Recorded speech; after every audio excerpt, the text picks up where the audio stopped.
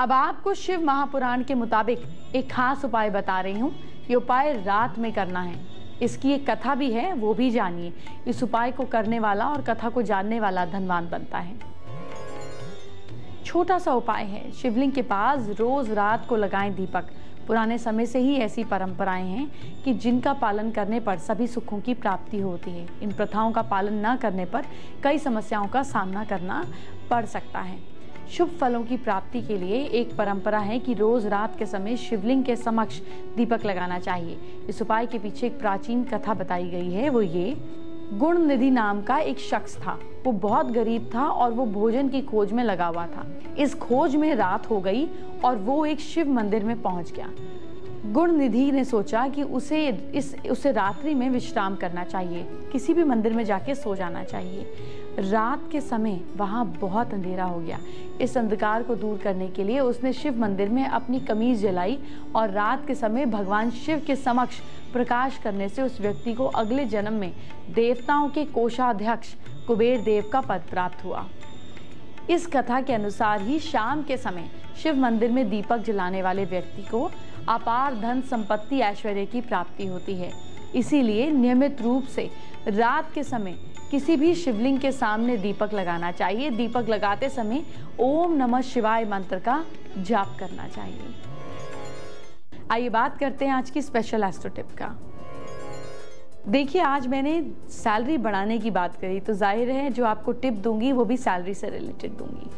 अगर आप अपनी सैलरी का कुछ परसेंटेज, चाहे 1%, चाहे आधा %, किसी गरीब ज़रूरतमंद इंसान की रिस्पॉन्सिबिलिटी उठाने में लगाते हैं, जैसे किसी की लंबी बीमारी है उसकी दवाई की, किसी के बच्चे की एजुकेशन की, किसी ऐसे काम की जो रेगुलर चलता जाए और आपका परसेंटेज भी सेट हो जाए, तो आपको ज़िंदगी में कभी भी किसी भी चीज़ की दिक्कत नहीं आएगी।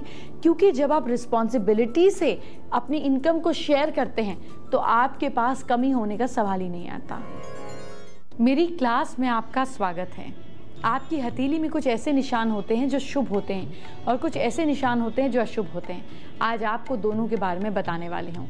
आप भी जान लीजिए आपकी हथेली में शुभ हो रहा है या अशुभ।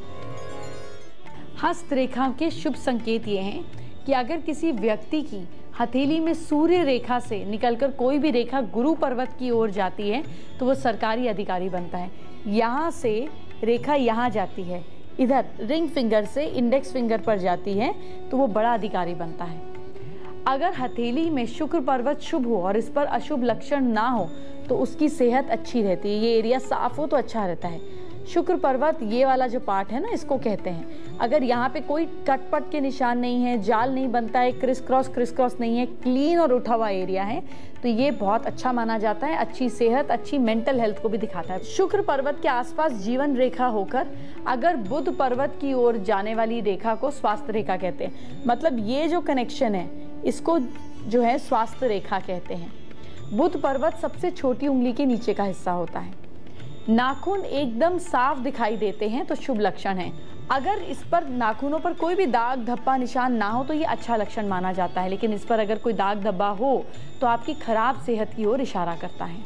अंगूठा मजबूत, लंबा, सुंदर हो और मस्तिष्क रेखा, ये जो डिवाइड करती है हाथ की लाइन, ये भी अच्छी हो तो नौकरी से ज़्यादा फायदा मिलता है। अब हस्तरेखा के अशुभ संकेत क्या हैं? अगर दोनों हथेलियों में हृदय रेखा कमज़ोर हो, यानी कि ये जो ऊपर लाइन जाती है ना, ये टूटी फूटी हो, कमज़ोर हो, कम दिखाई दे, ये जो ऐसे ऊपर जाती है लाइन इधर, ये अगर कमज़ोर दिखाई दे तो इंसान आलसी, कामचोर बन सकता है। अगर मणिबंध पर एक ही रेखा हो, यहाँ पर एक ही रेखा हो और वो जीवन रेखा में कोई सुख नहीं देती, ऐसे में कोई उत्साह, कोई एक्साइटमेंट लाइफ में नहीं बचती।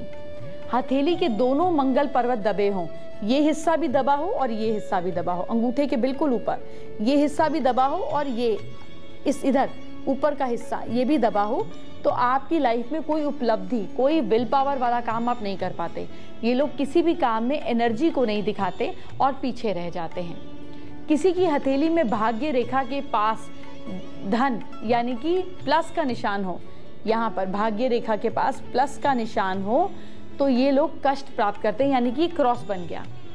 अगर मस्तिष्क रेखा बहुत ही छोटी हो, ये आधा डिवाइड करने वाली लाइन ये बिल्कुल छोटी सी हो, ये यहीं तक हो, तो भी इंसान को बहुत कष्ट होते हैं।